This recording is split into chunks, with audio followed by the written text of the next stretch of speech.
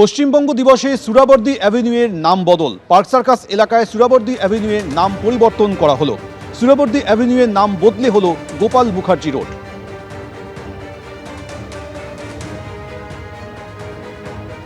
Park সার্কাসের এই রাস্তার নামই হচ্ছে সোহরাওয়ার্দী অ্যাভিনিউ।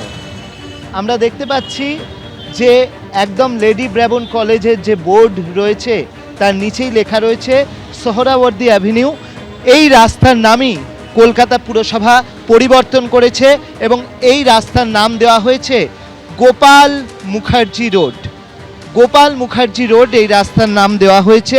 আমরা জানি যে গোপাল মুখোপাধ্যায়, সেই গোপাল মুখোপাধ্যায় তিনি কিন্তু একজন স্মরণীয় ব্যক্তি এবং সেই গোপাল মুখোপাধ্যায়ের নামেই কিন্তু এই রাস্তার নামকরণ করা হয়েছে গোপাল মুখার্জি রোড এবং এটা ঘোষণা করা হয়েছে পশ্চিমবঙ্গ দিবসের দিনই। ক্যামেরায় তরুণ বিশ্বাসের সঙ্গে অর্ণব মুখোপাধ্যায়, এবিপি আনন্দ, কলকাতা।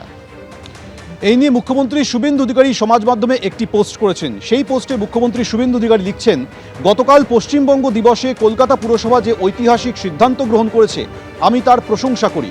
এই সিদ্ধান্ত একটি ঐতিহাসিক ভুল সংশোধনে গুরুত্বপূর্ণ ভূমিকা পালন করবে। সুরাবর্দী অ্যাভিনিউয়ের নাম এখন থেকে গোপাল মুখার্জি রোড হবে।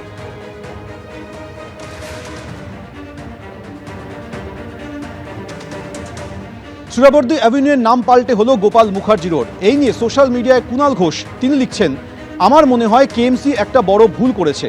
সংশ্লিষ্ট রাস্তাটির নামকরণ করা হয়েছিল বিশিষ্ট চিকিৎসক, শিক্ষাবিদ এবং কলকাতা বিশ্ববিদ্যালয়ের প্রাক্তন উপাচার্য ডাক্তার স্যার হাসান সুরাবর্দীর স্মরণে।